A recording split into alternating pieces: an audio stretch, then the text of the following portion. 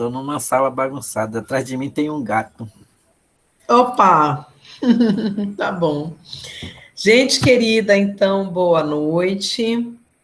Eu vou compartilhar aqui com vocês uma apresentaçãozinha que a gente já começou a ver nas outras aulas. Se eu localizar ela, obviamente, se eu localizá-la, obviamente. Espera aí, deixa eu tentar ver onde é que está. Para a gente ir fechando algumas ideias com as quais nós já trabalhamos. Muito bem.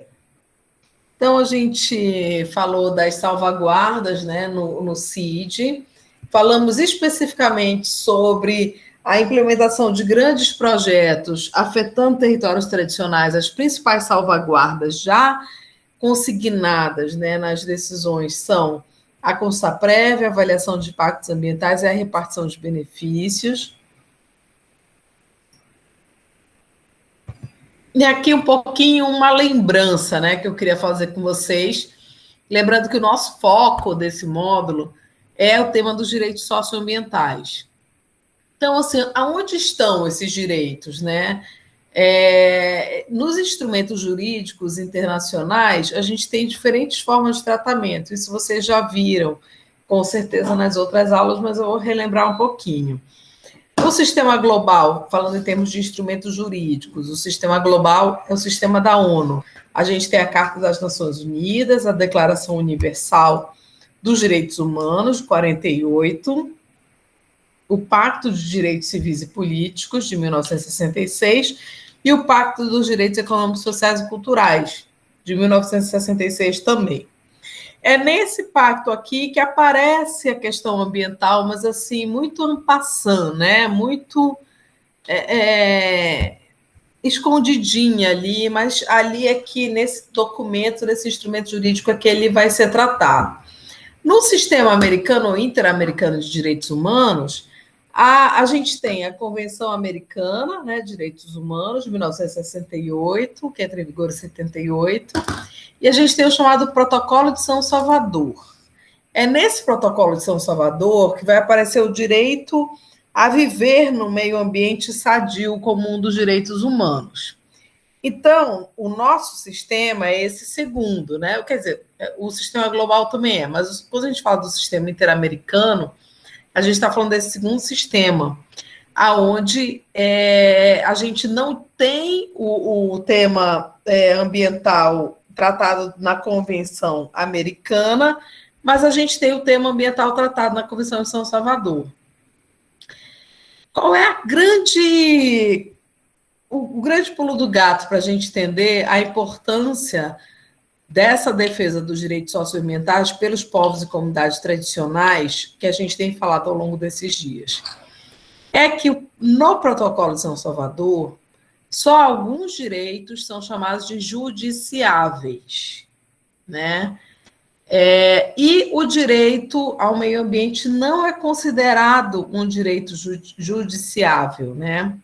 Um direito que pode ser exigido diretamente, somente ele, perante o sistema interamericano. Inicialmente, é esse o cenário que a gente tem.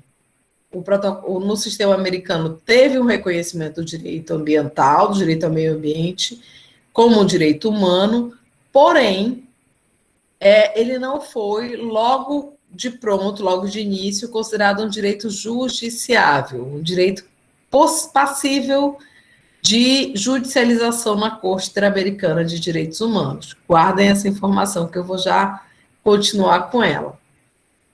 No sistema europeu de direitos humanos, a gente tem basicamente como principal instrumento jurídico a Convenção da Salvaguarda de Direitos do Homem de 1950, que não fala do direito ao meio ambiente.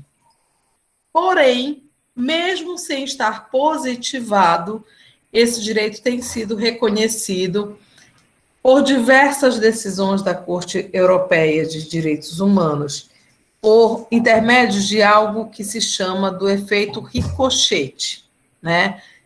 Pede-se o direito a um determinado pede-se a proteção de um determinado direito previsto na Convenção de Salvaguarda dos Direitos Europeia, porém, a gente pede diretamente aquele direito, como, por exemplo, o direito de acesso à informação, mas, por ricochete, se protege, se alcança também uma proteção ambiental, como, por exemplo, o direito de acesso a informações ambientais.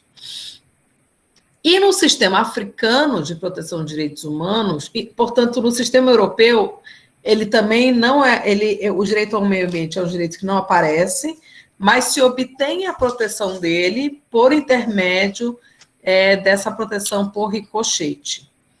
E no sistema africano de proteção de direitos humanos, aí sim, a gente tem uma Carta Africana de Direitos Humanos que fala na proteção do meio ambiente, claramente, e a gente tem ainda um protocolo, que é esse nome difícil, o Agadugu, que é o protocolo que prevê que o direito ao meio ambiente é justiciável, é passível de proteção diretamente na Corte Interamericana. Esse é mais ou menos o quadro dos principais sistemas internacionais de proteção de direitos humanos, e o que eu quero ressaltar para vocês é uma informação bem direta. No sistema africano, a proteção do meio ambiente foi assegurada diretamente nas cortes, a possibilidade de exigência só desse direito. No sistema europeu, não foi assegurada diretamente no texto, mas na prática judicial, vamos dizer assim, foi assegurado. E no sistema americano, apesar de ser previsto no Protocolo de São Salvador, esse direito não era reconhecido como um direito justiciável. Quando é que esse direito passa a ser um direito considerado justiciável? Quando os povos e comunidades tradicionais começam a propor demandas no sistema, vinculando a proteção territorial à proteção ambiental. Então, gente, a proteção do meio ambiente no sistema interamericano é uma criação dos povos e comunidades tradicionais. É uma criação do litígio e do ativismo desses atores. Bom, só para a gente fechar, sobre esse quadro, alguma dúvida? Querem fazer algum comentário? Já conheciam? Tem alguma coisa que não ficou suficientemente clara? Podem ficar à vontade para falar.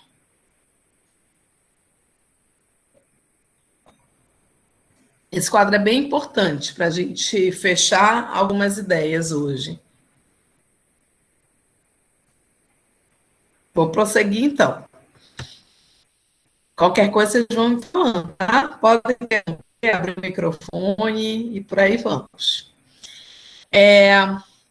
Bem, então, dito isso, o que a gente vai falar hoje é sobre essa construção da jurisprudência socioambiental dentro do sistema interamericano pelo protagonismo dos povos e comunidades tradicionais, tá? Eu vou aprofundar mais nisso para depois a gente tratar do caso que vocês espero tenham lido para hoje. Algumas das questões, por que a gente precisa conhecer esse sistema, né? O sistema interamericano de direitos humanos, ele é um ilustre desconhecido para nós que atuamos no sistema interno de direitos, né?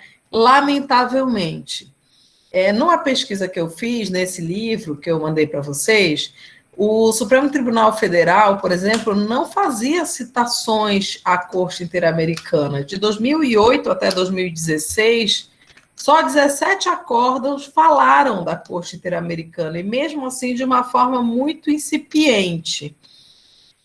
Então, assim, a gente vê que o nosso sistema brasileiro ainda desconhece muito o sistema interamericano de direitos humanos.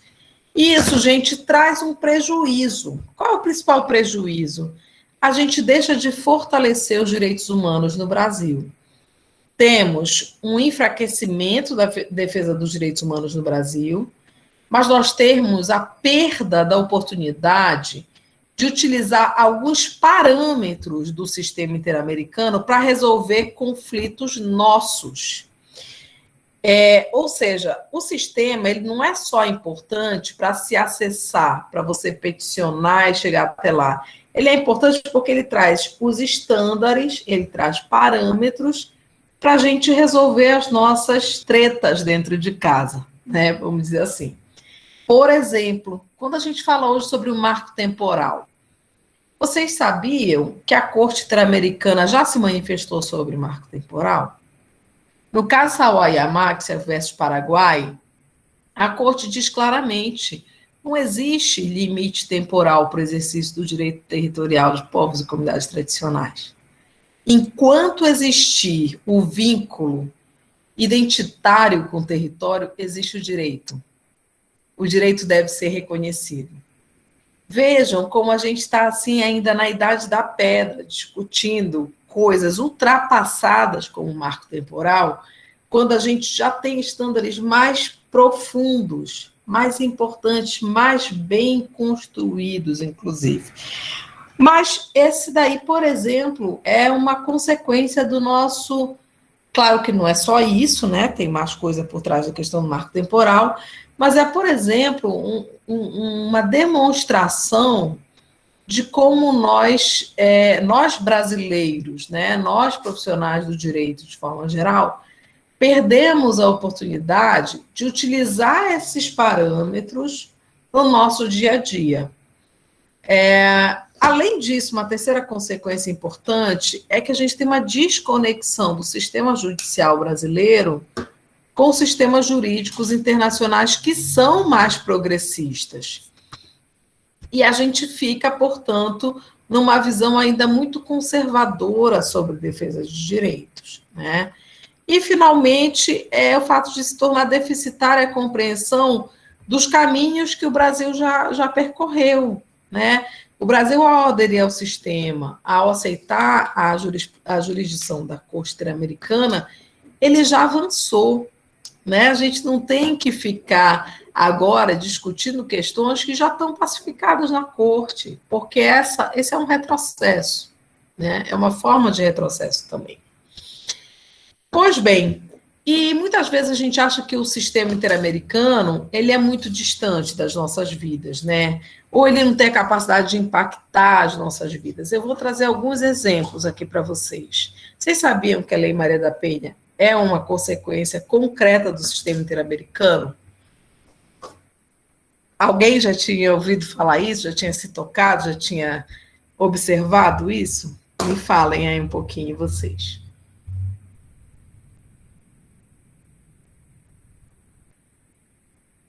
Ixi, vocês estão hoje economizando a palavra, né? Não, professora, eu nunca tinha visto, não. É a primeira vez que a senhora está fazendo essa questão da Maria da Penha. Já tinha ouvido falar? Alguém já tinha ouvido falar? O Biratã já disse que não tinha. Gente, a Lei Maria da Penha, que mudou completamente o parâmetro, né, da legislação de proteção, de defesa da mulher, é resultado da luta das mulheres, das organizações da sociedade civil que levaram o caso ao sistema interamericano e que o Brasil fez um acordo para dar cumprimento, né, para efetivar uma convenção que se chama Convenção de Belém do Pará, que era uma convenção que lá atrás tinha sido assinada pelo Brasil, em que ele se comprometia a ter uma lei de proteção contra a violência, de combate à violência doméstica contra a mulher. E essa lei nunca tinha sido efetivamente, não é nem cumprida, nunca tinha existido. A Lei Maria da Penha é fruto disso, gente. Vou dar um outro exemplo para vocês, o chamado caso Guerrilha do Araguaia, que ele é o caso Gomes Lund versus Brasil. Ele é que originou a Lei de Acesso à Informação. A Lei 12.527, de 2011, que todos nós usamos, e até quem não quer usar, quando abre um site da universidade, por exemplo, vai ver um izinho ali. Aquela obrigação de prestar informação é uma obrigação que veio do sistema interamericano, a partir da sentença, nesse caso Gomes Lund. Também, nesse mesmo caso, tem uma coisa importantíssima, que é o controle de convencionalidade, é dizer que todos os juízes e os demais operadores do direito são obrigados a realizar uma coisa que se chama controle de convencionalidade, ou seja, aferição, não só se aquela questão está coerente com a Constituição, mas está coerente com a Convenção Americana de Direitos Humanos e com toda a jurisprudência da Corte Interamericana. Então, quem leu ou a notícia ou a sentença, alguém leu? Eu li, professor. Deve ter observado que aquele juiz realizou o controle de convencionalidade. Ele deu cumprimento a essa decisão da Corte. Essa é uma obrigação de todos os juízes, de todos os membros do Ministério Público, da Defensoria Pública, de todos os atores, operadores do direito, no Brasil e em todos os outros países da América do Sul, que integram o sistema interamericano de direitos humanos. Outro exemplo, a audiência de custódia. Já tinha, desde 48, gente, a previsão de qualquer pessoa que cometesse um crime e fosse presa, tinha o direito de ser levada em até 24 horas à presença de um juiz. Essa obrigação já existe décadas. Ela não era cumprida. O que aconteceu? Existe uma demanda perante o sistema interamericano. O ministro Lewandowski, presidente do STF na época, foi para lá, foi participar de uma audiência daquelas, igual a gente viu ontem. Ele sendo chamado, por que o senhor, como presidente do Conselho Nacional de Justiça e do STF, não está concretizando a Convenção Americana de Direitos Humanos?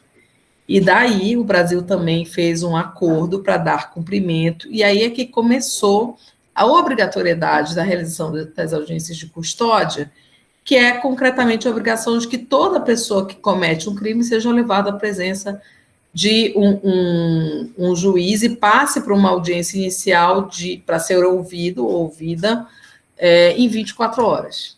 Né? Então, observem, são apenas 3 exemplos que eu estou dando aqui para vocês de mudanças concretas que a gente, como eu digo, o CID vem intervindo na nossa vida sem a gente sequer perceber, né? Por que eu faço questão de dizer isso? Porque a gente tende a ser muito crítico com o sistema, quando a gente, isso eu estou falando para vocês todos os dias, quando a gente compara o sistema interamericano com o sistema interno de direitos. Quando a gente entra nessa comparação, a gente perde toda a visão interessante do sistema. Tudo que ele tem de potência para nos oferecer. Porque ele já causou mudanças na nossa vida, ele já realizou alterações concretas. E a questão aqui, justamente, é que a gente consiga navegar nesse mar, entendendo que ele é um outro lugar de defesa de direitos, e que ele não só a gente leva para ele, mas ele traz também. Isso é que é o legal da percepção sobre o sistema, ele traz para dentro do sistema interno mudanças, né? Então, é um pouquinho para a gente também aliviar um pouco as críticas sobre o sistema. Os povos e comunidades tradicionais têm um papel central nesse sistema. Eles têm impulsionado o sistema interamericano de direitos humanos em direção à proteção do meio ambiente. Como eu falei, não existia proteção do meio ambiente, até que um belo dia o povo Mayagna Sumo, lá da Nicarágua, peticionou pedindo a proteção das suas florestas, que estavam sendo devastadas, estavam sendo concedidas a uma empresa madeireira, sem consulta prévia, inclusive, e alegando a relação daquele território com a proteção ambiental. É assim que o direito ao meio ambiente entra no sistema. E é o que eu argumento, né, nessa pesquisa que eu fiz e compartilhei com vocês. A proteção do meio ambiente, ela entra no sistema pelas mãos dos povos indígenas e das comunidades tradicionais. Como? Ressignificando o direito de propriedade e o direito à vida. são também os povos e comunidades tradicionais que dão uma nova interpretação ao conceito de propriedade, que está lá no artigo 21 da Convenção. E dizer assim, olha, propriedade, né, não é só a propriedade privada que está protegida no artigo 21. O artigo 21 está falando de bens. Se ele está falando de bens, ele está falando também dos bens naturais, dos bens culturais, dos bens tradicionais, e conseguem emplacar essa interpretação. Então, tem uma atuação muito criativa dos povos e comunidades nesse sistema. É por isso que eu vou insistir com vocês. Não permitam que se retire desse sistema a importância que ele tem, porque isso também é retirar o papel que os povos e comunidades tradicionais exerceram dentro dele. Atentem para isso, pensem sobre isso. Todas as lutas, todos os que vieram antes, eles formaram esse sistema. Quando a gente quer desconstruir esse sistema, a gente também está desconstruindo esse papel, esse patrimônio.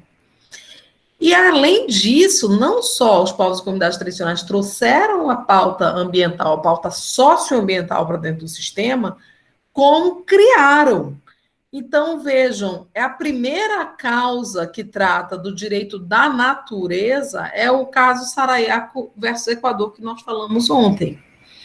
E o que é essa consideração do direito da natureza?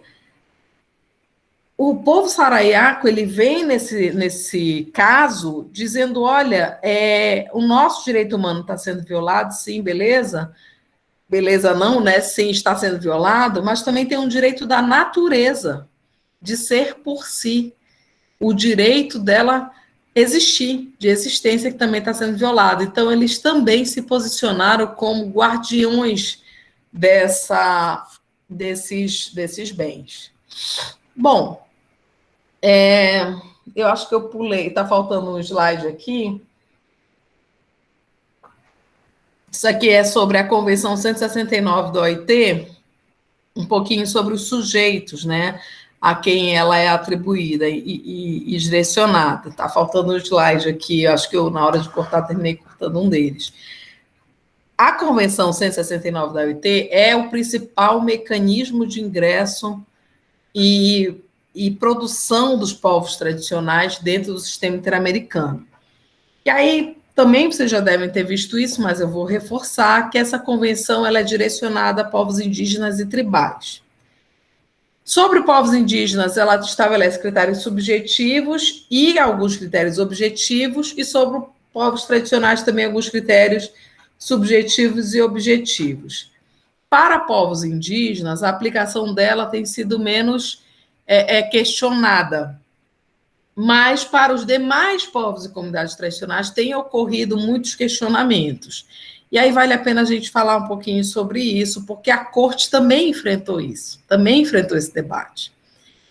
A Convenção da OIT fala que são povos tribais, embora esse termo tribal a gente saiba que ele não é adequado, enfim, é uma visão colonizadora, mas a gente vai adotar aqui por ser a terminologia da Convenção. Ele fala que são povos tribais e que eles têm a consciência da sua identidade tribal como critério subjetivo.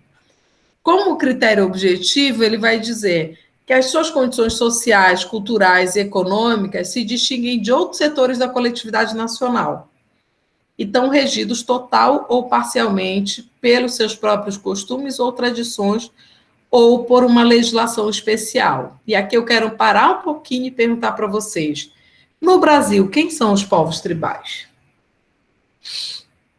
O que vocês acham?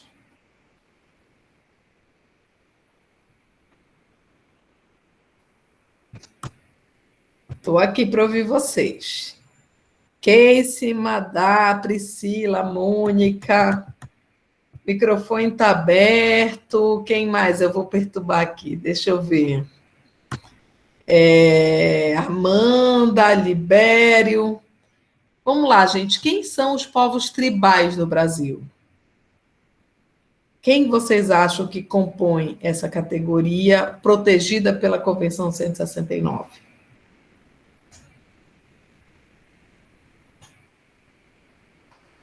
Alô?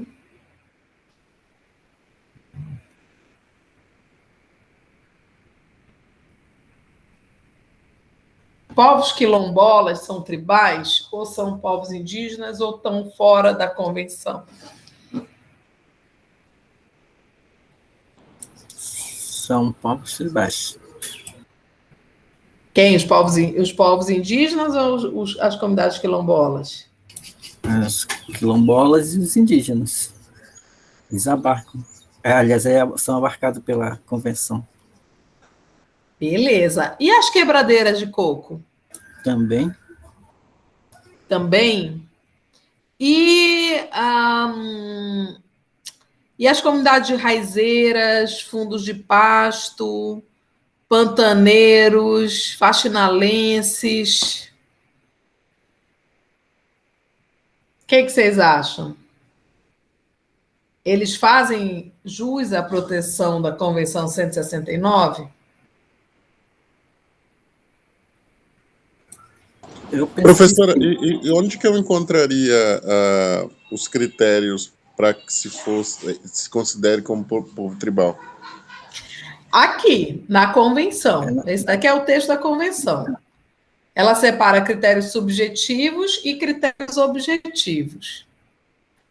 No conceito de tribais, ela diz aqueles que têm consciência da sua identidade tribal e que têm condições sociais, culturais e econômicas que os distinguem dos demais setores da coletividade nacional, que estão regidos total ou parcialmente pelos seus próprios costumes ou tradições ou por uma legislação especial. E aí, quem é que entra nisso?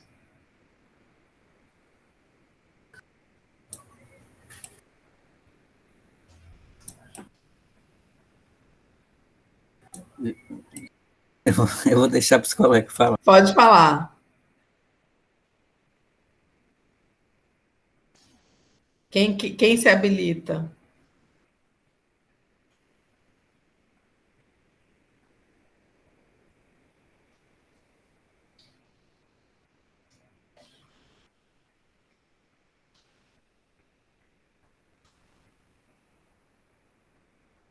Gente, essa é uma questão que ela sempre paira quando a gente fala sobre povos e comunidades tradicionais, se estão ou não dentro da Convenção da OIT. Só para vocês terem uma ideia, uma das obrigações do Brasil hoje, né, perante a OIT, é assegurar a consulta prévia.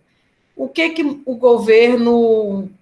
os governos têm dito, né? Na época do governo Dilma, o que se sustentava? Que só povos indígenas e comunidades quilombolas têm direito à consulta prévia, por exemplo. Porque, no entendimento do governo naquela época, só eles estavam abarcados pela Convenção 169 da OIT. Na atualidade, nem se fala disso, né? Que dirá dizer quem está dentro e quem está fora. É assim, gente, a Convenção, ela não faz essa limitação. O que ela fala são os critérios que vão gerar um autorreconhecimento de distinções culturais de algumas coletividades em relação à coletividade nacional, né, o que se chama de sociedade circundante. Eu trabalho nessa seguinte perspectiva. A Convenção 169, ela tem elementos comuns com o Decreto 6040 de 2007, que é o decreto que estabeleceu a Política Nacional de Povos e Comunidades Tradicionais. Se a gente for ver, tem uma integração entre a Convenção 169 e o Decreto 6040. Logo, o decreto fez uma ponte para o nosso ordenamento jurídico brasileiro absorver integralmente a Convenção 169 a partir do olhar do decreto. E se vocês lembrarem, o decreto ele traz essa visão que abarca todas as comunidades tradicionais brasileiras. Faxinalenses, comunidade de fundo de pasto, quebradeira de coco babaçu, e por aí vai. Todos estão abrangidos, sim, pelo Decreto 6040 e pela Convenção 169 da OIT. Quais são os elementos que fazem essa integração e que são comuns? A diversidade cultural, o reconhecimento da diversidade cultural o reconhecimento do pluralismo jurídico e cultural e o reconhecimento do direito à autoidentificação ou autoatribuição. Pois bem, na Convenção 169, em termos de diversidade cultural, se diz povos cujas condições sociais, culturais e econômicas os distinguem de outros setores da coletividade nacional. O Decreto 6040 diz grupos culturalmente diferenciados. Veem que um rebate no outro, um casa com o outro. Pluralismo jurídico e cultural. A Convenção diz regidos total ou parcialmente por seus próprios costumes ou tradições ou por legislação especial. O Decreto 6040 diz possuem formas próprias de organização social que ocupam e usam seus territórios e recursos naturais como condição para sua reprodução social, cultural, social, religiosa, ancestral e econômica, utilizando conhecimentos, inovações e práticas geradas e transmitidas pela tradição.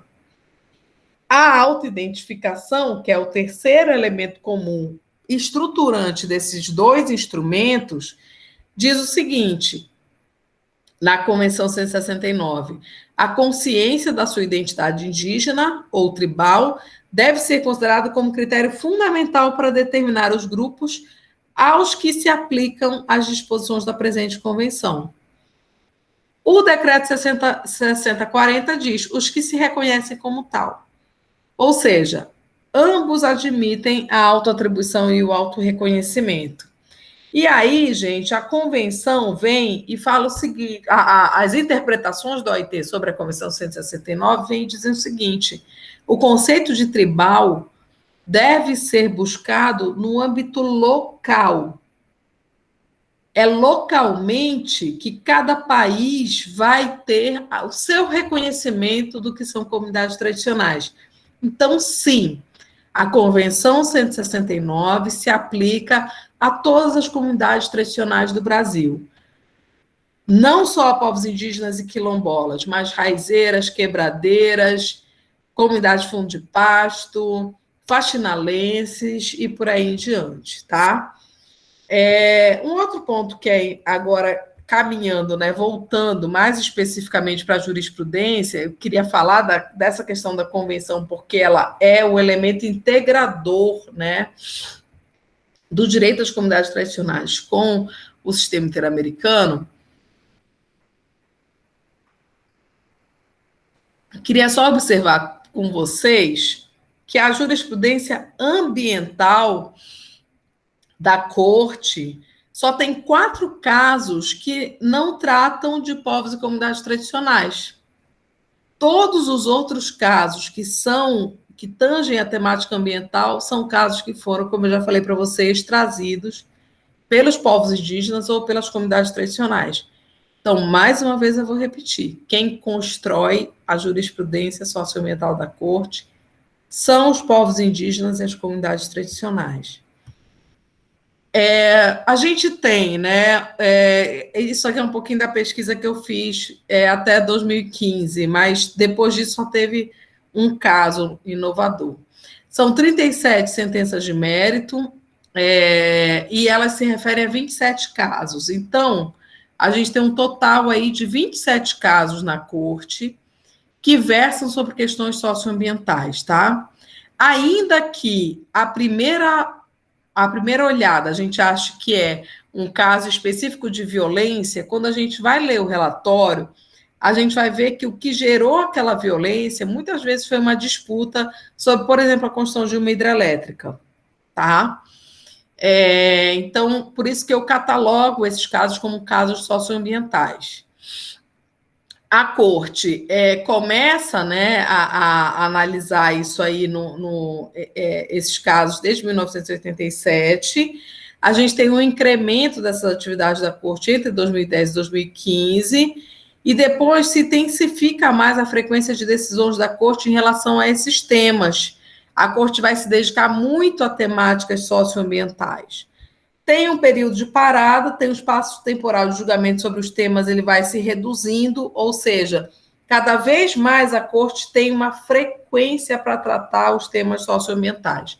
O que é importante a gente ressaltar? Antes da corte começar a absorver realmente, né, o enfrentamento dos casos socioambientais, o que preponderava eram questões relacionadas às ditaduras na América Latina, né?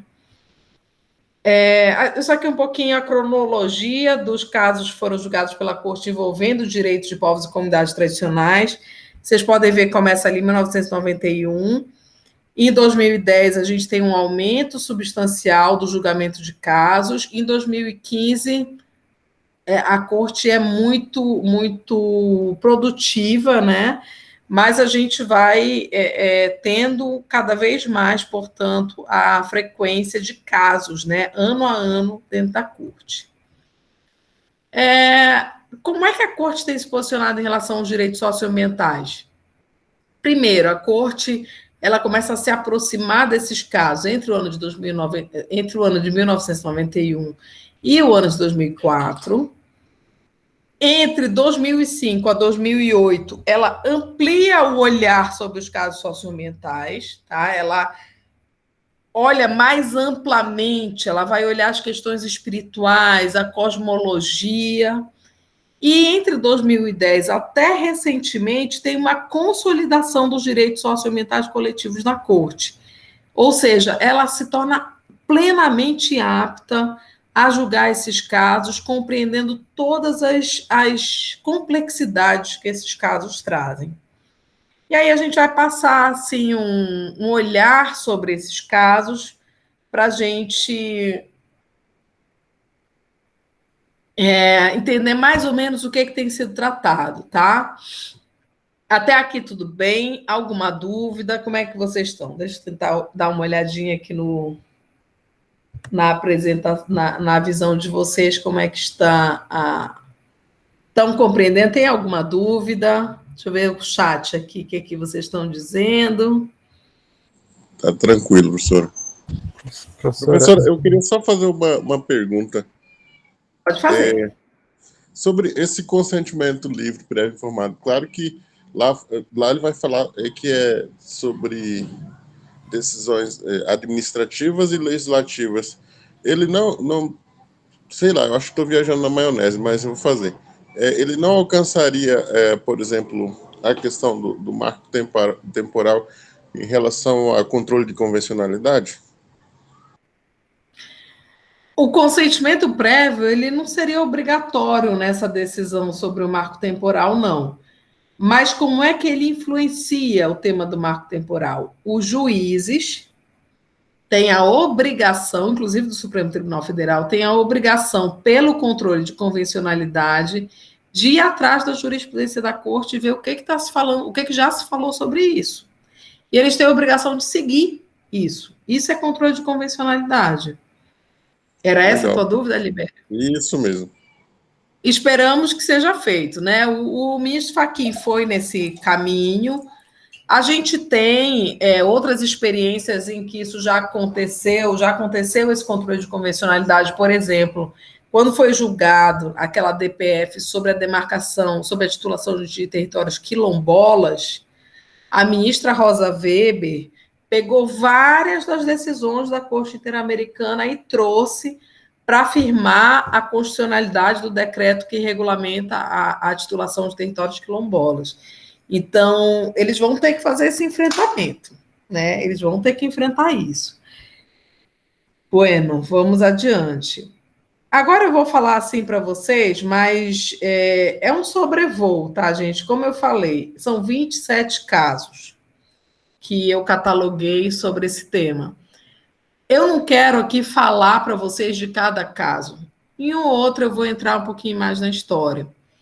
O que eu quero aqui com vocês é demonstrar os direitos que já foram assegurados pela Corte Interamericana e que já são, portanto, de obrigação, de observância obrigatória por nós dentro do controle de convencionalidade, tá? O primeiro caso que eu identifiquei perante a Corte foi o caso Aloboitoi versus Suriname. É um caso que, a princípio, ele não passaria como um caso socioambiental por quem fosse realizar a leitura. porque era um caso de os aloboitós são uma população afrodescendente do Suriname. Esse caso é de 1991, é um caso bem antigo, e eles sofreram uma violência, uma perseguição por parte do exército do país, tá? Claro que aí o tema da violência é muito presente. Agora, tem algumas coisas muito importantes que foram fixadas nesse caso. O reconhecimento do direito à identidade cultural, tá? Significa dizer que a forma como eles se reconheciam como comunidade tradicional foi reconhecida pela corte. O Suriname negava essa identidade cultural. O direito ao pluralismo jurídico. E vejam que interessante nesse caso. Nesse caso, como alguns, infelizmente, foram mortos pelo exército surinamês, a corte estabeleceu o direito de recebimento de indenizações, né, por parte das famílias. E um dos debates foi que nessa sociedade é possível que uma pessoa tenha o casamento com mais de uma pessoa, né, o que a gente chama da poligamia.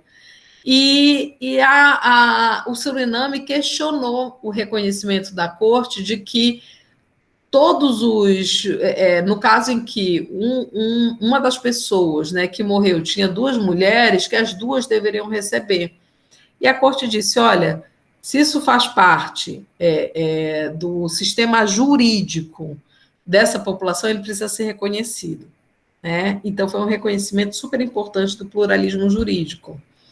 E aqui se começou a cogitar o reconhecimento do grupo aloboitoi como vítima de violação de direitos humanos, o que não existia no sistema. Isso só vai existir muitos anos depois. Por quê, gente? Porque no sistema, originalmente, você só reconhecia os indivíduos como vítimas. Não se reconhecia o povo aloboitoi como vítima. E aqui as comunidades já começam a dizer, olha, não foi só as 6, entre aspas, né, só as 6 pessoas que morreram que são vítimas. Toda a comunidade foi vítima, porque foi o resultado de um racismo institucional, né, um racismo do Estado. E aqui a corte diz, olha, isso é uma coisa que a gente vai ter que enfrentar lá na frente, tá? E, mais tarde, esse protagonismo dos povos tradicionais faz com que a corte mude essa posição.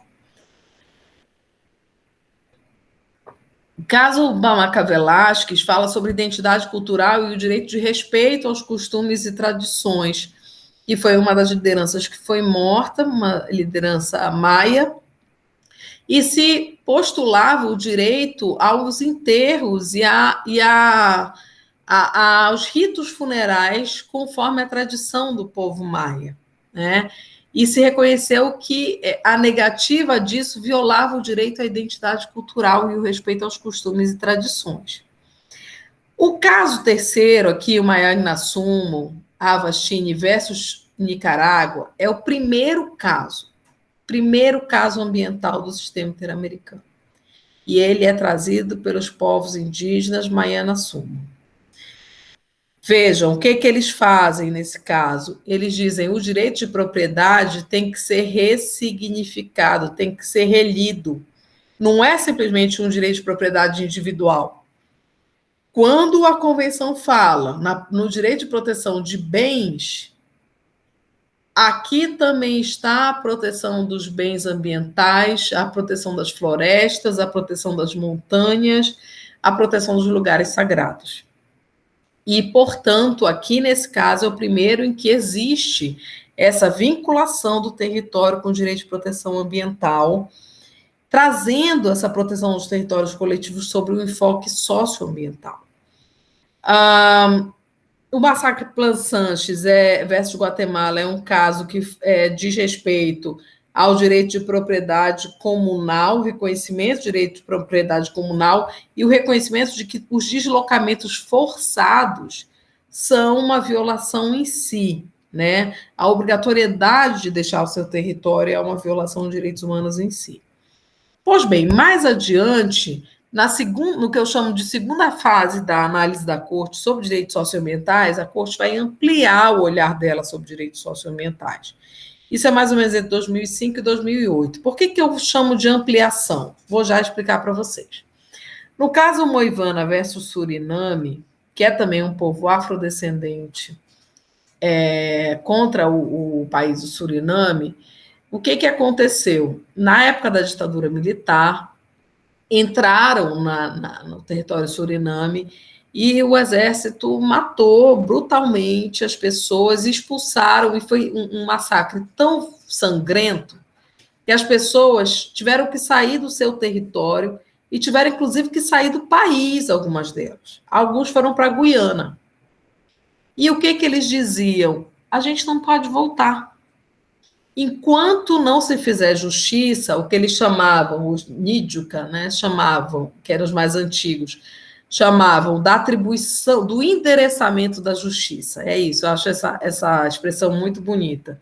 Enquanto não ocorresse o endereçamento da justiça, eles não poderiam voltar, porque os ancestrais mortos não permitiriam que eles tivessem paz no território. Eles precisavam entregar justiça. Então, a própria sentença da Corte foi compreendida em si como uma forma de reparação para aquele caso concreto. E, nesse caso, a Corte foi mais adiante. Ela disse, olha, porque o Suriname dizia assim, eles podem voltar a hora que eles quiserem para o território, a gente não está impedindo.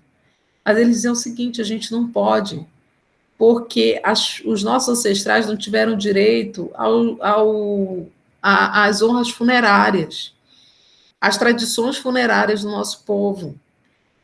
Nós sofremos um dano espiritual, não é um dano moral.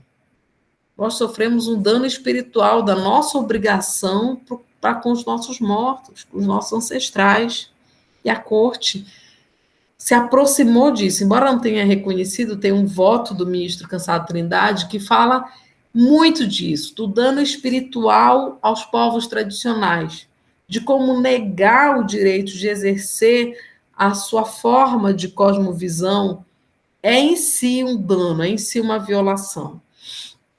Percebam, então, que nessa segunda fase da Corte, ela está ampliando o olhar, ela está olhando agora um dano espiritual, que era algo que não estava tão claro assim. Posteriormente, a gente teve o caso de Aquiáxia contra o Paraguai, que começa a fixar um regime de apreciação de conflitos entre a propriedade comunal e a propriedade particular. Isso é bem importante, porque a gente tem muito no Brasil, e esse é um dos pontos um pouco polêmicos da jurisprudência da Corte. Vejam, qual é o debate aqui? No Paraguai, uma boa parte do chamado Chaco Paraguaio, que era habitado por povos indígenas, foi leiloado pelo próprio país na Bolsa de Londres. E algumas empresas compraram legalmente aquela terra, né? Então, a Corte vai apreciar o que acontece quando você tem um direito de propriedade que foi legalmente constituído, não era uma grilagem em si, conflitando com o direito ao território tradicional indígena.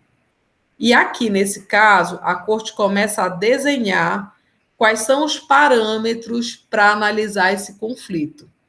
Ela diz, olha, se tiver razoabilidade, se tiver uma legislação que preveja, se tiver isso, se tiver aquilo, se tiver aquilo, pode ser até que a propriedade privada prepondere nessa situação.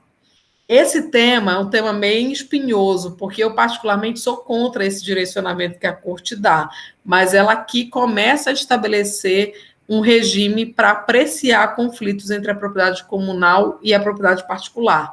E eu indico, para quem estiver vivendo, muitos de vocês devem estar vivendo isso nos seus territórios, eu indico que olhem esse caso, porque tem coisas que a gente precisa conhecer, que a gente precisa saber, tá?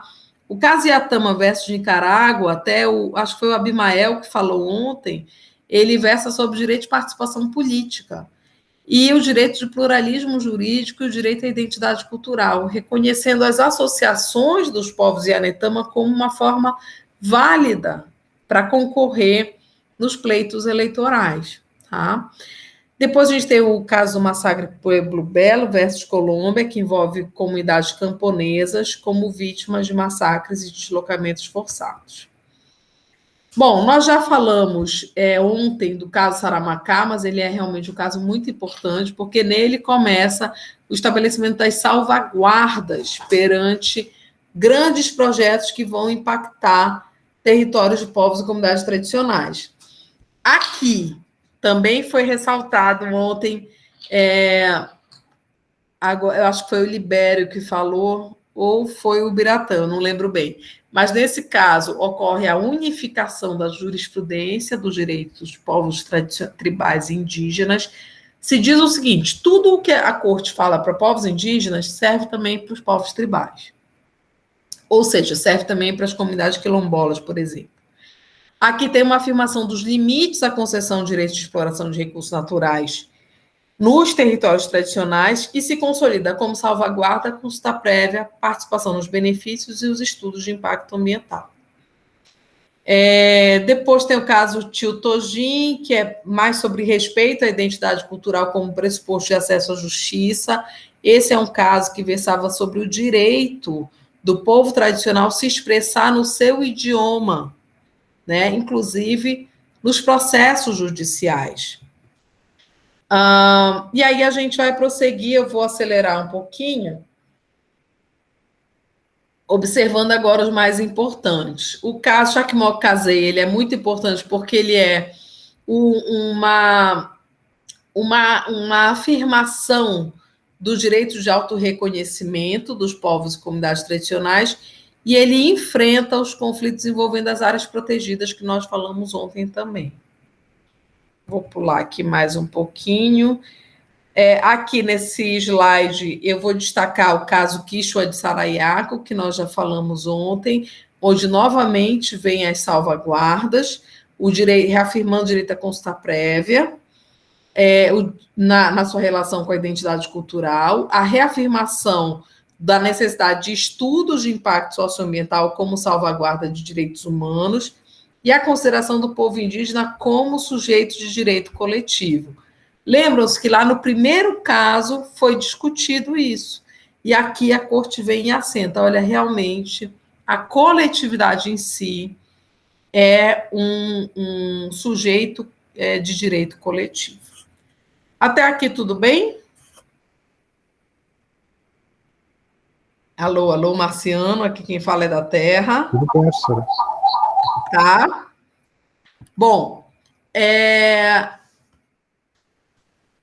o caso dos massacres do Rio Negro versus Guatemala envolve a situação de perda definitiva do território.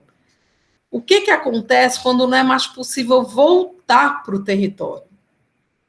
Quando, por exemplo, aquele território foi alagado por uma hidrelétrica, né? Ele é muito importante, porque nesse caso a corte diz o seguinte: olha, o direito é sempre de retorno. O direito de retorno, inclusive, que ela chama exatamente dessa forma, o direito de retornar ao território, ele permanece enquanto existe o vínculo daquele povo com aquele território. Mas uma vez que ocorreu a perda física do território, a obrigação do Estado é de destinar um território em condições ambientais similares ao anteriormente existente. Tá? Peraí, deixa eu só soltar os cachorros, literalmente. Deixa eu deixar minha cachorra sair, que ela tá agoniada aqui. Peraí.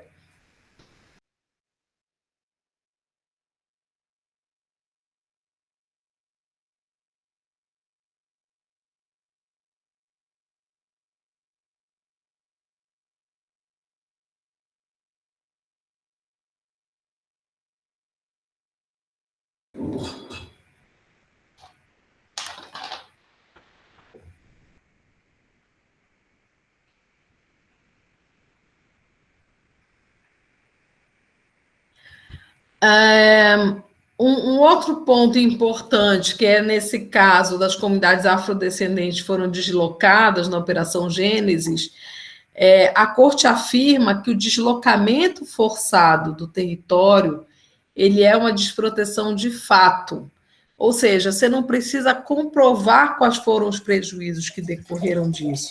Mera obrigação de sair do território já é em si uma violação. Isso é muito importante. Isso foi um avanço muito importante também na jurisprudência. E diz mais que a inércia do Estado perante a exploração ilegal de recursos naturais é também uma violação do direito à propriedade comunal. Ou seja, se eu tenho um madeireiro ilegal explorando aquele território tradicional, por exemplo, o Estado tem a obrigação de agir. O outro caso, que é o Norim Catrimã versus Chile, que é um caso que envolve o povo indígena Mapuche, eu catalogo, por exemplo, ele como um caso socioambiental, porque ele era uma manifestação do povo Mapuche numa estrada contra a implantação de uma hidrelétrica, que se chamava hidrelétrica de Biu-Biu. Mas o que aconteceu? Os loncos, que são as lideranças espirituais dos povos Mapuche que estavam nessa manifestação, foram criminalizados, foram acusados de atos terroristas contra o Estado. E a Corte Interamericana considerou também que essa era uma violação de direitos humanos. Mais recentemente, a gente tem esse caso do povo Kuna do Panamá. É um caso em que aconteceu a perda do território em si, o deslocamento forçado desses povos do seu território. E aqui a Corte Interamericana fez justamente aquele entendimento. Tem que ter uma terra alternativa, se não tem mais condição, se o território foi perdido, tem que ser destinado uma terra alternativa que não só seja igual ou similar do ponto de vista ambiental, mas que ela tenha a proteção jurídica igual à da terra original. Ou seja, tudo o que é aplicável à terra original que foi perdida deve ser aplicável em relação à proteção jurídica às terras alternativas que seriam destinadas a esse povo. Deixa eu ver mais aqui alguns pontos para destacar. Esse caso, que é o terceiro aqui, da comunidade Garifuna Triunfo de la Cruz e os seus membros de Honduras, é muito interessante também, porque é um debate sobre a implantação de projetos ecoturísticos numa área do Caribe, uma área de praia, de mar, belíssima. E aí ocorreu a implantação desses empreendimentos também sem consulta prévia, em conflito com megaprojetos turísticos e com áreas protegidas, e novamente aparece aqui a questão da consulta prévia, mas lembrem-se do que eu falei, já foi assentada a teoria da consulta prévia lá no caso Saraiaco, então aqui ele entra como uma referência àquele caso anteriormente, mas novamente assegurando o direito. O caso Garifuna de Ponta Pedra, que é esse seguinte, versus Honduras, ele vai começar a falar da nova doutrina que a Corte está implantando para tratar de direitos socioambientais, que é o chamado saneamento dos territórios tradicionais. O que isso quer dizer? Que os territórios tradicionais, ao serem entregues para os povos tradicionais, titulados, eles têm que ser entregues sem conflitos, já, portanto, saneados. Não é o saneamento no sentido da implantação de uma rede de esgoto, não é isso, porque às vezes a gente confunde com isso. É o saneamento no sentido de que ali os problemas precisam já ter sido resolvidos pelo Estado. Essa teoria a Corte reiterou quando julgou o caso Chucuru, né? E é por onde eu acho que a Corte vai começar a trilhar mais e afirmar mais a sua jurisprudência, nesse sentido, e também no sentido da afirmação dos direitos humanos, das obrigações das empresas com direitos humanos, que é exatamente o que foi tratado ontem. Um dos grupos daqui da turma falou do caso seguinte, que é esse povos Kalina e Locono versus Suriname, e que novamente se fala de salvaguardas, de exploração de recursos naturais por terceiros e conflitos com áreas protegidas. Em 2018, ocorreu o julgamento do caso Chucuru. Ele não é um caso, no meu entendimento, que inova muito a jurisprudência da Corte. Ele é importante para a gente no Brasil, mas no contexto geral, eu acho que ele não aporta grandes mudanças na jurisprudência que já existia da Corte. Ele reafirma a propriedade coletiva, que é algo muito consolidado no sistema, reafirma a necessidade de razoável duração do processo de titulação, ou seja, que não pode ter essa demora excessiva, e reafirma a necessidade de desintrusão, ou seja, do saneamento do processo quando da titulação, tá? Eu vou dar uma paradinha aqui para a gente fazer a nossa reflexão conjunta sobre o caso que vocês estudaram e também perguntar se tem alguma dúvida até aqui, perguntar como é que vocês estão vendo essa fala, se está confusa, se está clara para vocês, se vocês têm alguma dúvida, algum comentário, fiquem à vontade. Vou desligar aqui para ouvir você.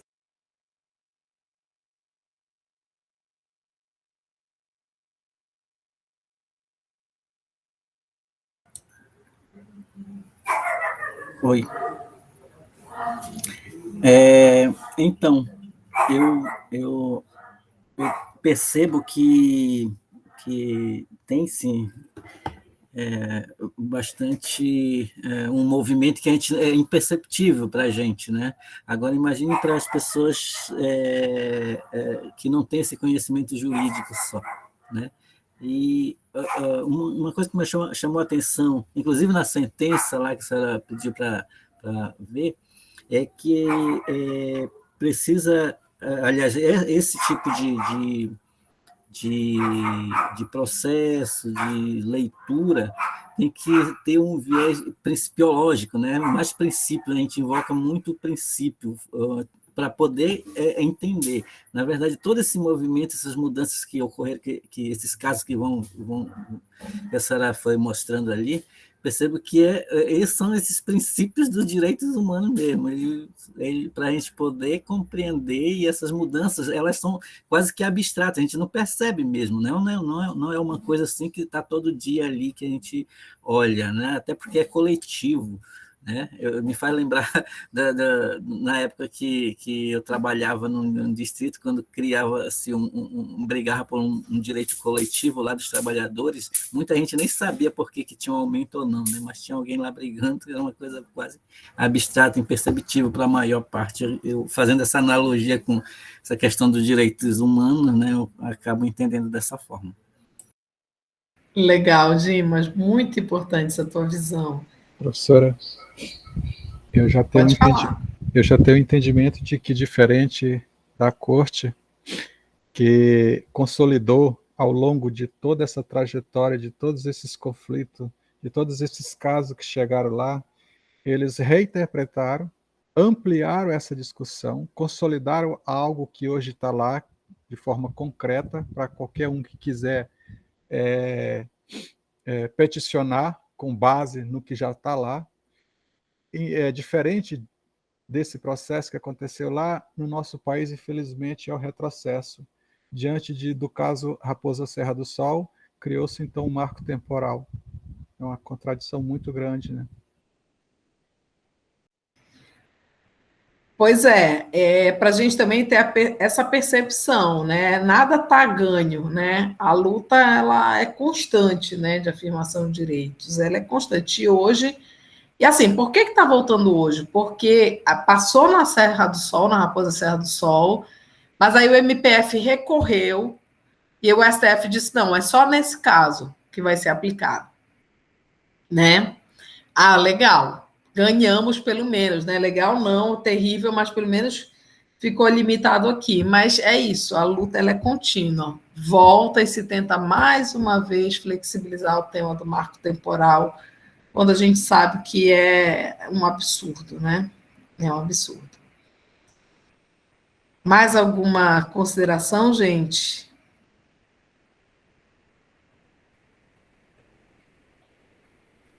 Alô, alô?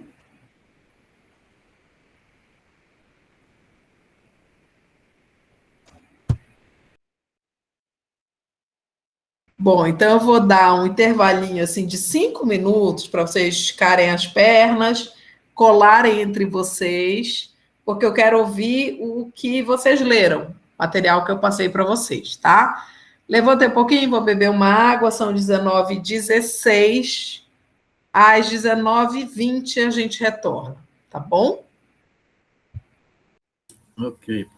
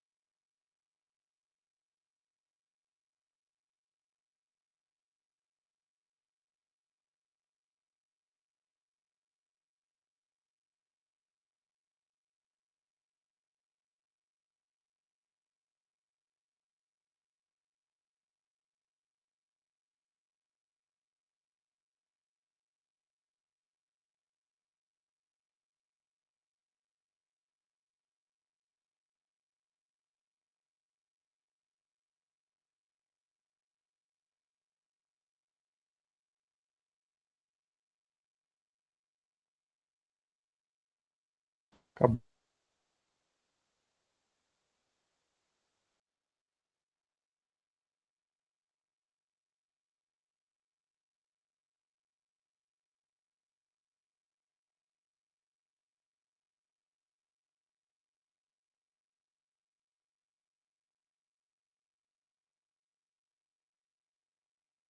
E aí, Dimas, escutou o barulho da sineta tocando?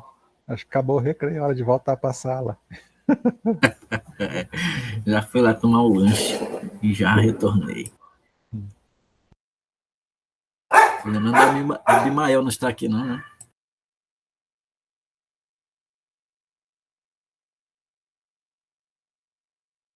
Cadê o companheiro Miguel? Parece que eu não vi ele hoje também. O Miguel não está, não. A gente está estudando o dia todo o Biratã. De manhã teve a aula de ambiental. Gente, estou de volta já.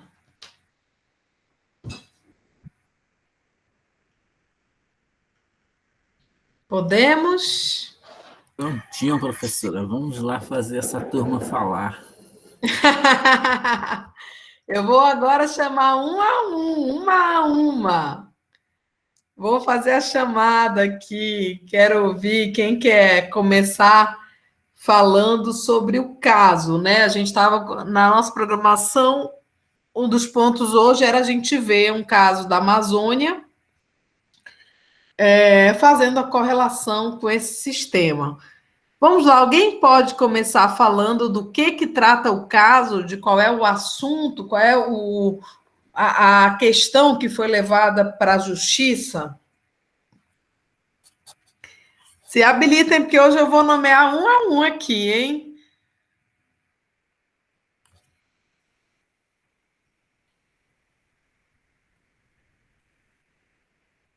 Alô, alô?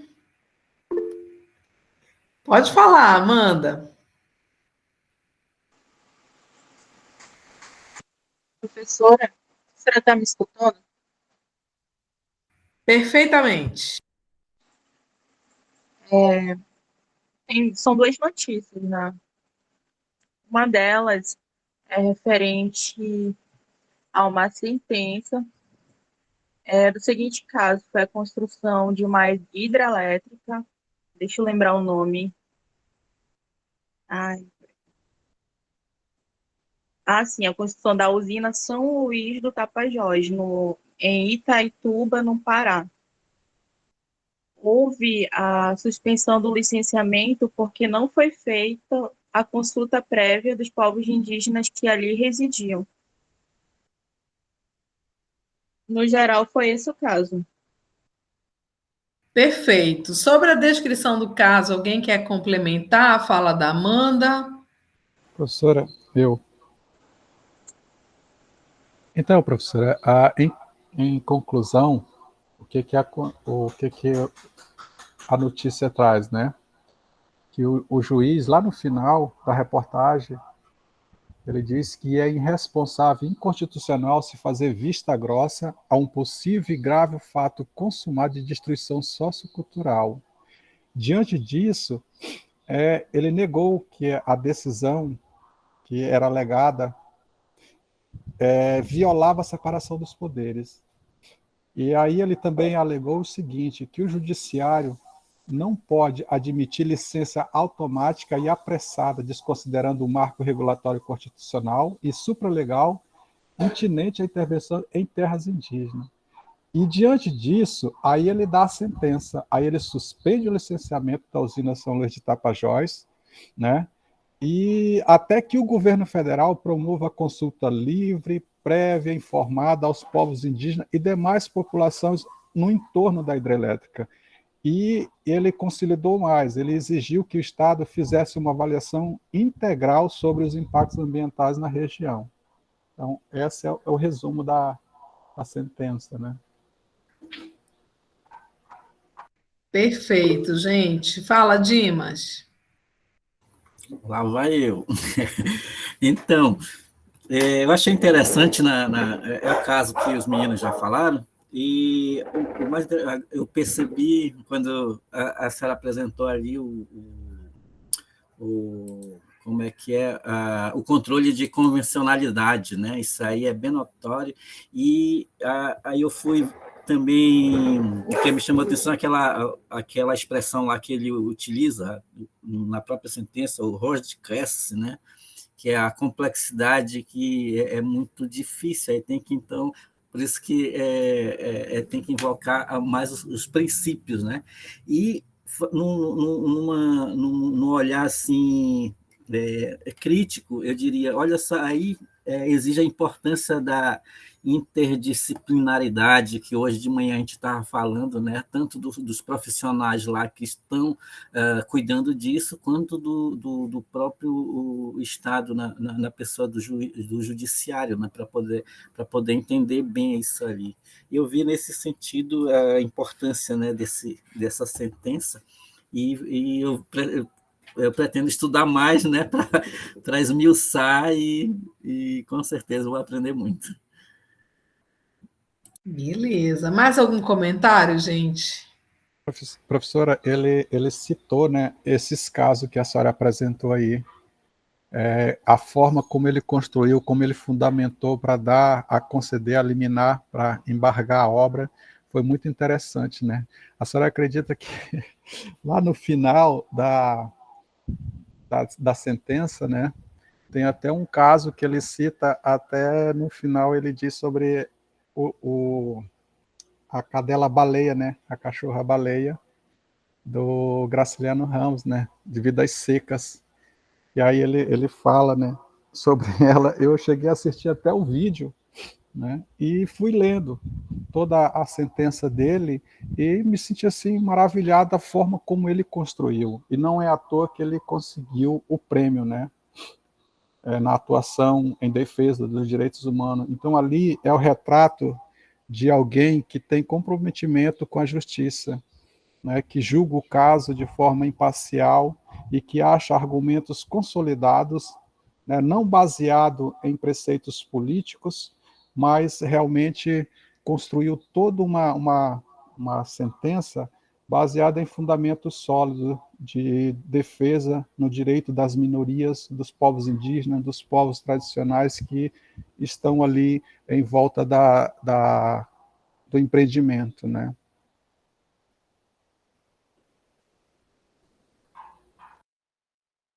Gente, e de que forma vocês observam que o sistema interamericano operou aí nessa decisão?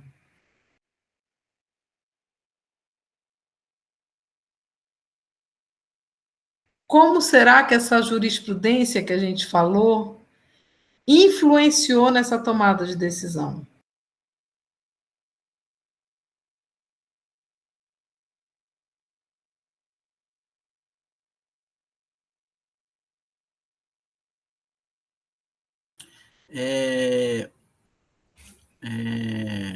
O embasamento, né? O embasamento do juiz foi sobre a convenção, os tratados, né? Ele nisso aí o sistema ele foi se apoiando tanto é que tem todas as citações dos casos que nós estudamos ontem, né?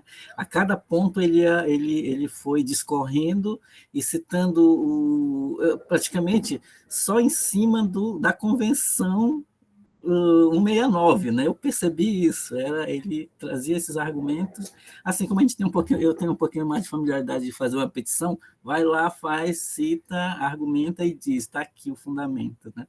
Então aí eu digo a influência do sistema, dessas jurisprudências para poder dar essa bagagem. Por outro lado, o Estado brasileiro, junto com o IBAMA, os outros aí, com certeza tentaram fazer aqueles argumentos sem muito embasamento, ou mesmo sabendo, ou propositalmente, talvez, né? Onde a gente percebe que o direito fundamental das populações atingidas praticamente como eu digo, não é relevante quando eles argumentam, né? Então aí eu vi sim essa influência nesse momento quando ele se apoia, vamos dizer, bastante nesse sistema, na jurisprudência do sistema.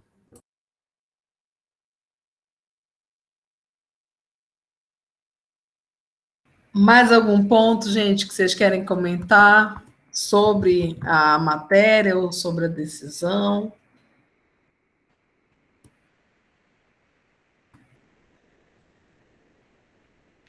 Como é que vocês veem isso? Como é que vocês observam essas decisões que nós trabalhamos esses dias, que vocês já vêm trabalhando com os professores, colocada numa sentença judicial, barrando a construção de uma hidrelétrica que afetar de forma determinante a vida dos povos indígenas, Munduruku?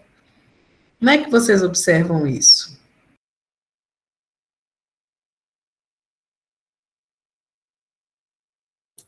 Professor, Professora. tem uma... Pode falar, Jovem. Sim, obrigado. Professora, eu estava na leitura aqui da sentença, como agora você falou, né, do que a gente estudou e o que a gente percebeu ali. Uma coisa interessante que a gente estudou, né, o que seria o socioambiental, né, as atividades no que resulta. E em um determinado ponto ele falou que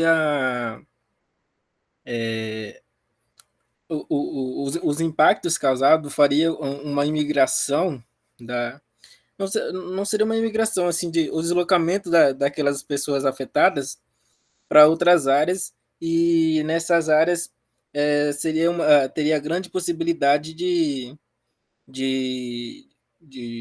do alcoolismo, da prostituição e de outros fatores assim que acaba afetando de uma forma não adequada à população atingida. Então, acho que seria isso que eu percebi ali na hora da leitura. Beleza, gente. E vocês sabem o que aconteceu com essa hidrelétrica? Alguém conseguiu fuçar aí qual foi o destino desse caso?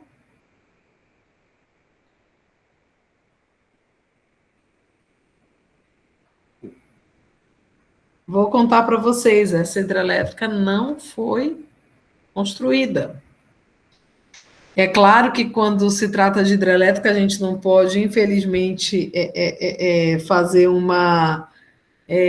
afirmar, né, que existia um ganho definitivo, porque a gente já viu aí com Belo Monte, né, que 30 anos depois ela terminou sendo construída, mas o fato é que efetivamente existiu uma declaração do governo federal desistindo da obra, após todas essas demandas que foram colocadas e foram levadas até o judiciário com essas decisões que se apoiaram em todo esse aporte que nós conversamos hoje. Uma outra coisa que é muito importante desse caso é que essa premiação, ela não é uma premiação só importante para o juiz, né? O juiz recebeu uma premiação do CNJ, ótimo, excelente para ele.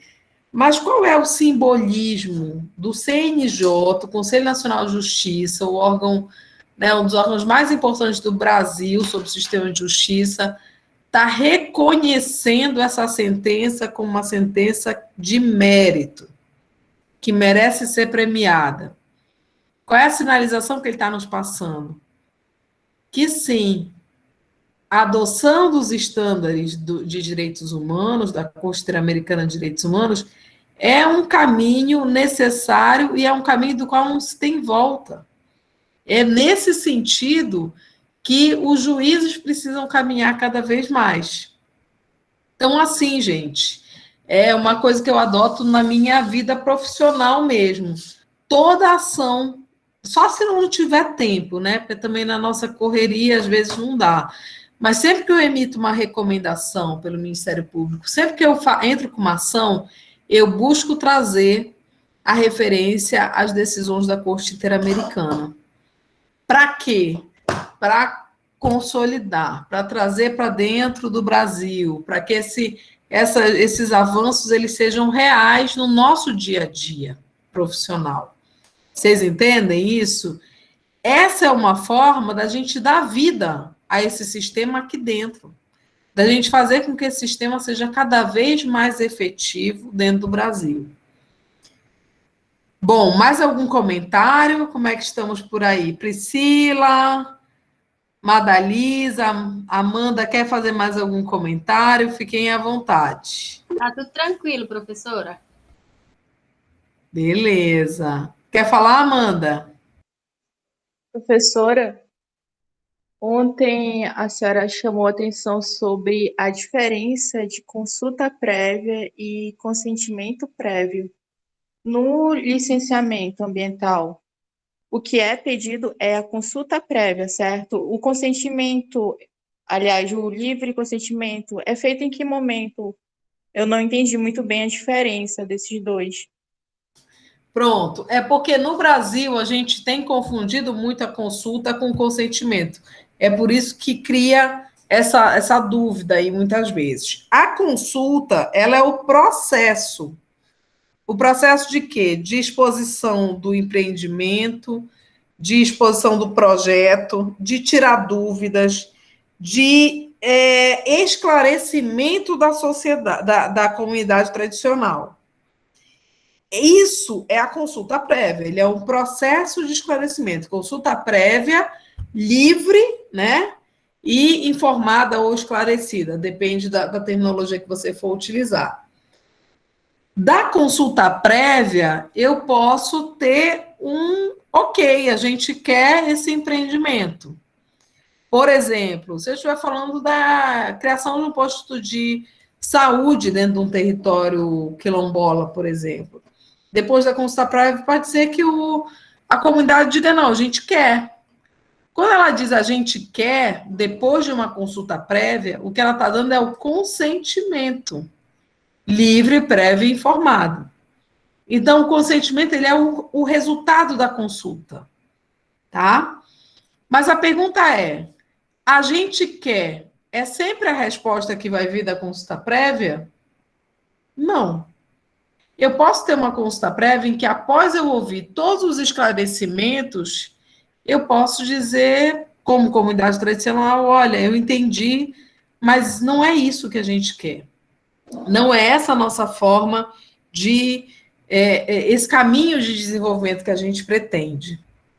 Esse não é um outro resultado possível da consulta prévia. Entendestes, Amanda? A consulta prévia ela é o procedimento de esclarecimento e de decisão da comunidade. Quando a comunidade diz que sim, ela dá o consentimento. Ela consente. Mas ela pode dizer que não também. Então, a consulta prévia é processo. Consentimento é um dos resultados possíveis desse processo. Tá claro? Isso é bem importante. Pode falar, se não tiver, a gente continua refletindo. Ok. Então, é obrigatória a realização da consulta, mas não é obrigatório que a comunidade dê o seu consentimento. Porque o consentimento é o sim, no final da consulta.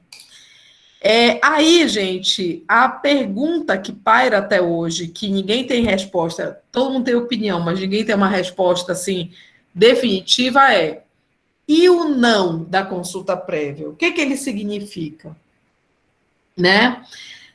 Muitos dizem que o não vai impedir a realização da atividade. Inclusive, grandes doutrinadores dizem, olha, infelizmente, no Brasil, a gente não tem como impor que, uma vez que da consulta prévia resulte um não, esse não seja vinculante, tá? Eu entendo as razões jurídicas dos que afirmam, dos que fazem essa afirmação, mas eu, como a professora Eliana Amin, a gente é da corrente que entende que o consentimento, ele é a livre manifestação da autodeterminação, do direito de autodeterminação dos povos. Então, quando um povo diz não, é não. Né? Não poderia, então deveria ser, sim, um resultado vinculante. Essa é a corrente que eu me filio, mas eu sei que não é a corrente majoritária. Tá? O que eu digo a vocês que vão fazer um longo percurso e rico percurso de estudos, que quiserem enveredar por isso, é preciso trazer uma densidade de argumentação sobre esse assunto que ainda não existe, né, na nossa doutrina jurídica. A gente tem a tese da professora Eliana Amin, que fala bastante disso, uma tese orientada pelo professor Marés, mas o fato é que no Brasil, se a gente, por exemplo, submeter essa questão ao judiciário, ela seria uma questão bastante polêmica. Entendeu, Amanda? Como é que você vê isso?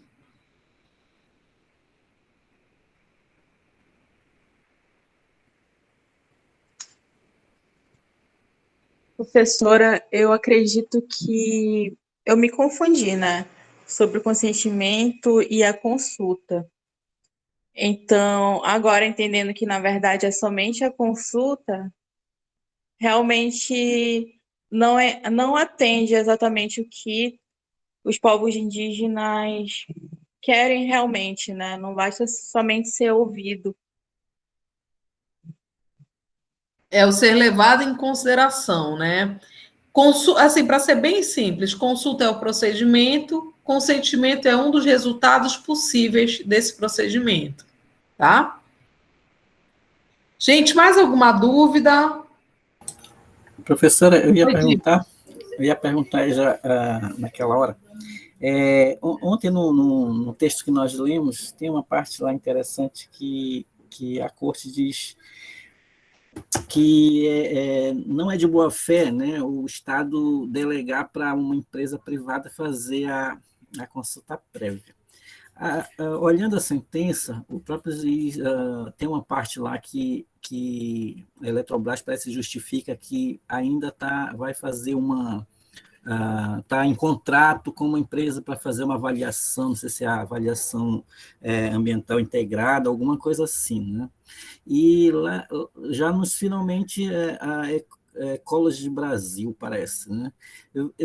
A pergunta é como é que tem empresas que não seria interessada em ganhar, porque penso eu que a Ecology Brasil está lá para, né, ganhar alguma coisa, né? Como é que ele ia se posicionar nesse sentido, né, nessa situação?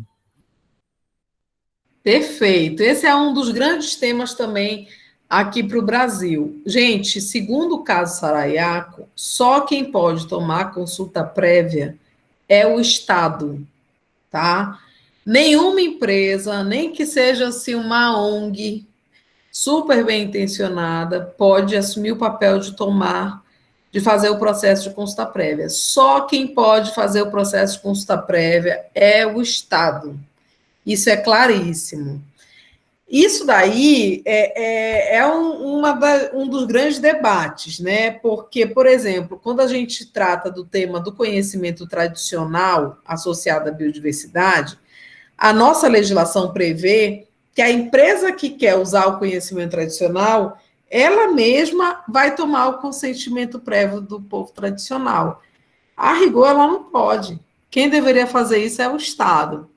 Mas até hoje eu ainda não vi uma contestação. Eu escrevi um artigo sobre isso, está na internet, mas eu ainda não vi os povos contestando isso, dizendo, olha, quem tem que vir aqui tomar a consulta prévia é o Estado, mas esse é o correto. E a jurisprudência da Corte é bem sólida, principalmente no caso Saraiaco, como você observou, Dimas. Está corretíssima a tua observação. De repente daqui pode sair já, né, alguma coisa nesse sentido. Eu acho que vale a pena, viu? Eu acho que vale a pena. Gente, mais alguma observação? A gente está caminhando para o encerramento. Como eu falei ontem, a aula de amanhã vai ser assíncrona, né? Porque ela teve uma coincidência com a minha aula do mestrado, mas eu já passei o link para a Rosane, ela vai distribuir para vocês. É uma aula que eu fiz na Escola da Magistratura do TRF da Primeira Região, que faz um resumão disso tudo que a gente conversou por aqui esses dias. Eu vou colocar novamente aqui o meu contato para qualquer coisa que vocês precisem, eu estou à disposição, tá? Lá na universidade, eu coordeno um grupo de pesquisa, que é o grupo de Direito de Povos e Comunidades Tradicionais. Quem quiser participar está super convidado e convidada e convidade. Se quiserem falar para os nossos alunos da graduação, também vai ser um prazer. Esse semestre eu estou dando a disciplina de Direitos Étnico-Raciais, então também adoraria ter vocês falando, explicando para esses meninos que estão se formando aí sobre a visão de vocês do direito. Enfim, estamos com a ponte. Vou deixar aqui também o meu zap, alguns de vocês. Bom, está aqui, esse número é zap. Alguma dúvida? Querem algum esclarecimento? Como é que ficou para vocês? Estão bem? Eu digo que todo mundo tem que sair feliz da aula. Sim, professora, foi uma semana muito boa mesmo. Só agradecer a senhora, foi uma semana que a senhora explicou muitas coisas que às vezes a gente estava na dúvida. Então, estou muito grata mesmo, só gratidão. Espero que a gente possa se rever um dia presencial, não sei. E eu vou entrar em contato com a senhora para nós falarmos mais sobre o grupo de pesquisa, tá bom? Maravilha, gente, estou à disposição. E no Mais Diversidade também, se vocês quiserem participar, a gente está nessa luta aí juntos também por mais diversidade no nosso sistema jurídico. Gente querida, muita gratidão. Vamos fazer foto. Cadê? Botem aí, botem as câmeras para a gente ver essas belezuras todas. Só gente maravilhosa. Deixa eu me arrumar. Professora, eu falando com a Abimael, eu digo, Abimael, eu fiquei com vergonha da professora que eu me falar naquele grupo Mais Diversidade, eu pensei, assim, era de forma tão simples, né? Eu digo, caramba, e quando eu olho a professora, ele é ela mesmo. Mas tem que ser assim, não tem outro jeito de ser, não, Dimas. Que coisa boa. Fiquei muito feliz de encontrar vocês aqui. Pois é, né? Tá aí, muito bom. Tu faz a nossa foto, Tamires? Olá, José. Faço sim, professora, quando todos e todas estiverem prontos. Ó, a Rosane. Aqui não está habilitado para mim a câmera da... Adorei ouvir esse teu sotaque tão gostoso. Gaúcho, né, professora? Mas o sotaque dela é um gaúcho, sim, ainda gostoso de ouvir, assim, maravilhoso, viu? Eu estava com saudade desse sotaque, que eu sou lá bem da divisa do estado, da Madalisa. Ah, é? Legal. Tu estás em Santa Catarina, né, Rosane? Não, eu estou em Marabá, professora, já vai fazer 20 anos. Em Marabá, é verdade, sim. 20 anos por aqui no Pará, tomando tacacá e açaí. Olha, foi muito bom, professora, a gente quer, em nome da coordenação, agradecer, né, eu acho que, como eu coloquei no chat, foram discussões muito importantes para os objetivos que a gente propôs na formação, acho que complementou muito do que a gente já tinha visto nos outros módulos também, né, e a metodologia da aula também, provocando os residentes, as residentes a participarem, a falarem, né, foi muito bom. A gente só tem a agradecer, professor, e a gente espera contar com a sua participação em outros momentos, né, da nossa formação, e, claro, ainda a gente está começando, né, a gente está só iniciando esse processo, mas eu tenho certeza que nós vamos ter outras oportunidades para trocar experiências. Foi muito válida essa visão que a gente teve, né, da Corte Interamericana de Direitos Humanos. Até para mim foi uma coisa assim muito nova essa perspectiva, né, dos casos que foram trazidos. Então acho que foi de muito proveito para todos e todas. A gente só tem a agradecer, né, pessoal? Eu que agradeço, gente. Eu que agradeço. Ai, coração cheio de esperança dessa semana com vocês. Olha o chimarrão do Biratã. Bora lá, então, Tamires. A Tamires já vou tirar aqui. Creio que a Amanda e a Priscila não vão habilitar mais, certo? Elas estão sem poder habilitar. Tá bom, então. Vou tirar agora. Preparadas e preparados? Prontinho. Obrigada, professora, pelos ensinamentos. Eu fiquei muito honrada de ter a oportunidade de rever algumas coisas que eu já vi no primeiro ano, né, do mestrado, e é sempre aprendizado para mim também, enquanto monitora. Muito obrigada por tudo, professora. Eu que agradeço, querida, sabes o quanto eu gosto de ti. Grande beijo, pessoal, bom descanso. E a gente fala sempre aqui nessa época, feliz sim. Verdade. Bom descanso, gente. Tchau, professora. Tchau, feliz. Obrigada, professora. Bom descanso, pessoal.